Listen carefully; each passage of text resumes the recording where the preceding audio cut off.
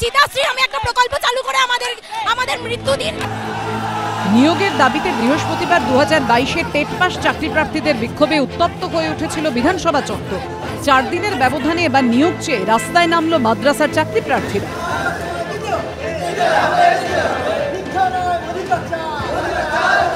মুখ্যমন্ত্রী মমতা ব্যানার্জি এই দপ্তরে মন্ত্রী হওয়া সত্ত্বেও ওনার নাকের নিচে এত কিছু হয়ে যাচ্ছে, এতটা দুরবস্থা তৈরি হচ্ছে, এর দায় মুখ্যমন্ত্রী মমতা ব্যানার্জিকেই নিতে হবে। মঙ্গলবার সল্টলেকের করুণাময়ী থেকে বিকাশ ভবন পর্যন্ত মিছিল করেন চাকরি প্রার্থীরা।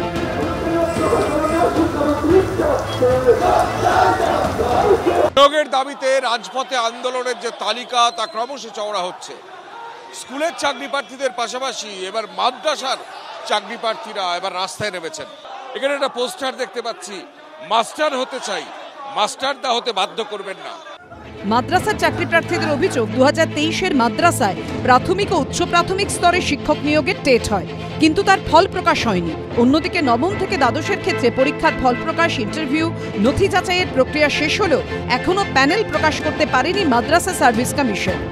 দীর্ঘ সময় ধরে তিনি এই পদেই আসীন আছেন, কিন্তু আমরা দেখতে পাচ্ছি যে তিনি আমাদের প্রতি সেভাবে দেখছেন না এবং তার পক্ষ থেকে কোনো আমরা স্টেটমেন্ট এখনো পর্যন্ত পাইনি। আজও পর্যন্ত আমরা ওনার পক্ষ থেকে কোনো স্টেটমেন্ট পাইনি, আমরা আশ্বাস পাইনি যে এই নিয়োগ প্রক্রিয়া কবে সম্পন্ন হবে। এই পরিস্থিতিতে এদিন দ্রুত নিয়োগের দাবিতে শুরু হয় মিছিল।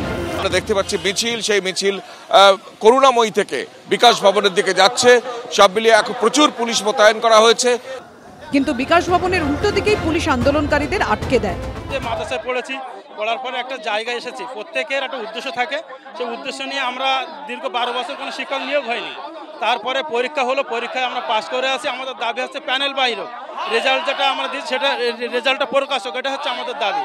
2023 সালে পরীক্ষা দিয়েছিলাম, 24 সালে রেজাল্ট দিয়েছে, আজকে 25 হতে গেল, এখনো পর্যন্ত তার কোনো খবর নেই। আমরা চাইছি সরকার আমাদের দিকে সুনজরটা দেয়।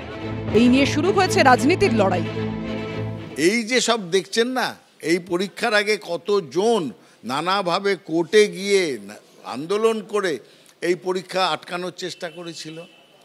এবং আমি বলবো এরা প্রতিক্রিয়াশীল এই অর্থে যে করেই হোক তারা এই ব্যবস্থাটা চাকরি মানুষকে দেওয়া হবে এটাই আটকাতে চাইছে।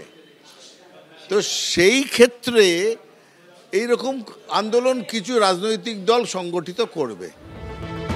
অন্যদিকে এদিন 2022-এর টেট পাস চাকরি প্রার্থীদের এক প্রতিনিধি দল স্কুল শিক্ষা দপ্তরের প্রধান সচিবের সঙ্গে দেখা করতে বিকাশ ভবনে যায়, কিন্তু তাদের সঙ্গে অন্য এক আধিকারিক দেখা করেন।